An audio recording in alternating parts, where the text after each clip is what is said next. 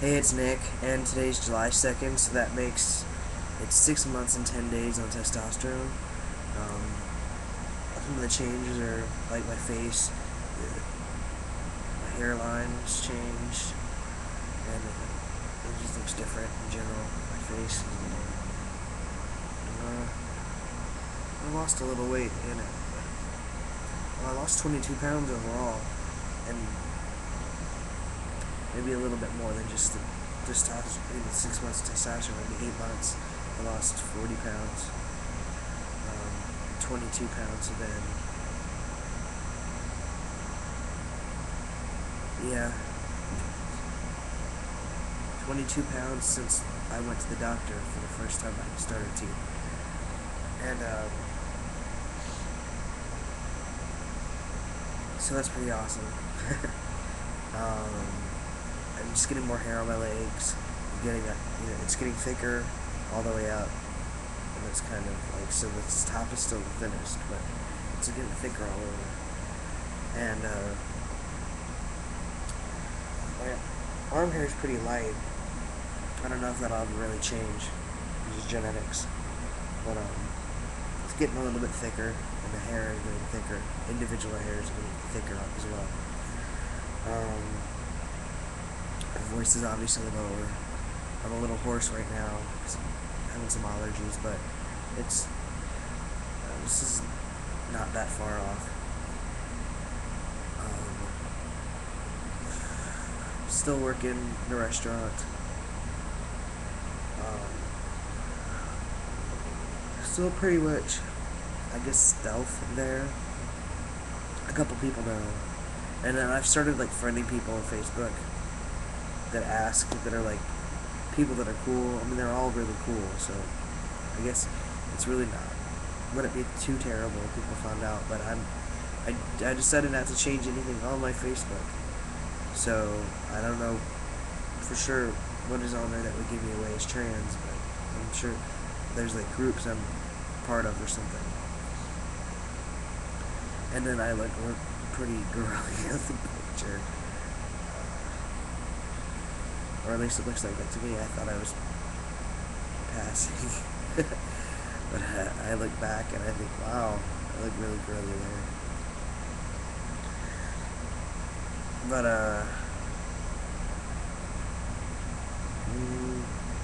kind of sucks, like, looking young and being short, and then not having quite this, socialization in men's places.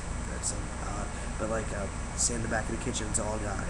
Like, all guys talk. Seem to, at least, not always, but sometimes the things that happen behind closed doors, when it's just guys. Oh my god! Like, I had no idea.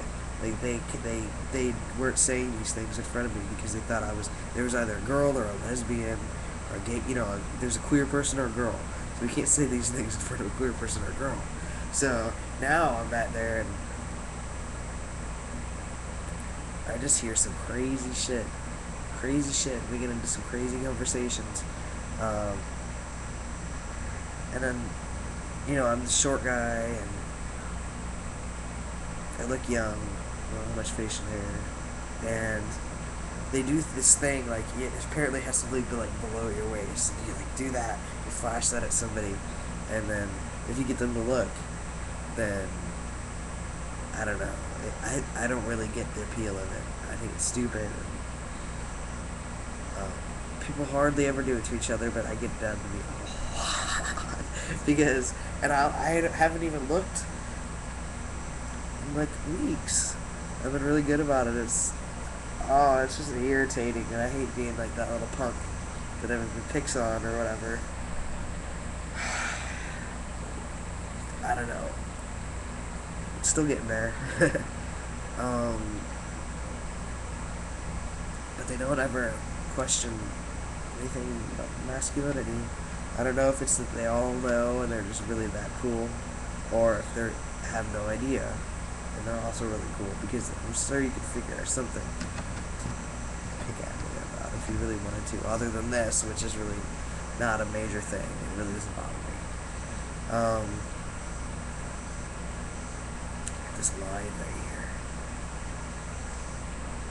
maybe I had it before, I don't know. So I moved from my apartment that I had before because I wanted to live with my buddy that needed a better roommate than what he had. And it would be cheaper, and I would be able to afford a name change, etc., etc. So I did it. And then when we went to get the electric switched, like a month after I moved in, into my name instead of the old roommates,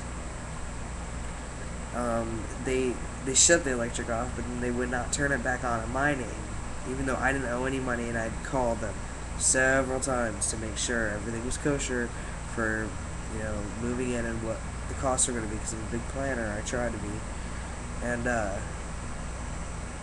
they won't turn it on because my roommate owes them money, and not entirely sure how the other guy had it turned on his name, even though the roommate owed money, my roommate, but I don't get it. It really sucks. But I guess that's something they've been doing now. So pretty much, like, if you owe money to the electric company, you can't even go stay with anybody. Because if they find out you're there, they'll turn their electric off and say, you can't have that person there with you if you want your you get rid of them or make them pay what they owe. And I think that's pretty shitty practice. I mean, think about if that happened, like, everywhere. Think about how terrible that would be. Like, it's like strong-arming people for money, Like, so they owe you still. Yeah, it's on their credit report. They are not going to get a loan. Like, it sucks, and eventually you'll get the money out of them. But turning other people's electric off, or not allowing people who don't owe anybody to turn their electric on, because, like, in really hot heat, like, it's been really hot here, I think it's bullshit. So that's the situation, and then he went to jail for a probation violation. So it doesn't really matter anyway. I got all this shit out of the apartment because I'm not going to stay there with no heat, and or not heat, but no, AC or a fan, or it was terrible. So I got the landlord because he went to jail. Like, if we were both just crashing on people's couches until we could come up with $500, they probably wouldn't have done anything. But he went to jail, so we got out of the lease, and I moved all my shit got my shit all moved into a storage unit, and then I'm just crashing on couches right now, and it sucks. I feel kind of like a loser, but, my friends are awesome, and they're there for me if I need them. So it's been really nice.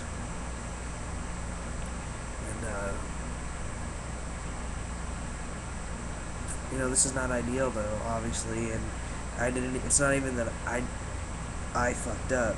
It's not that I couldn't afford my rent, or that I owed money to the electric company. Like, I didn't. Like, I was free and clear. But it's going to be really, difficult for me to find a place that won't require a lease that's cheap enough that I can afford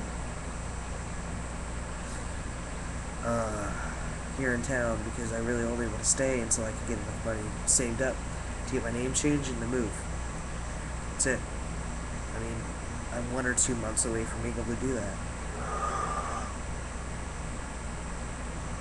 Let's get the hell out. I'm sick of this place. But I'm afraid that it'll be really hard for me to find a job anywhere else, including here, until I get that name change. So, and I guess it requires proof of residency, which I no longer have. So I'm sure I could get that landlord to write a letter explaining the situation, that I just had to move out for reasons beyond my control. But I don't know. I'll see how it goes. If any of you know a good city to move to, anybody need a roommate anywhere where the economy is not entirely collapsed like it is here? Well, it's probably not. There's probably places worse than here, but it's pretty bad here. Alright, I'm about to run out of time, so just hit me up if you know anything. Peace.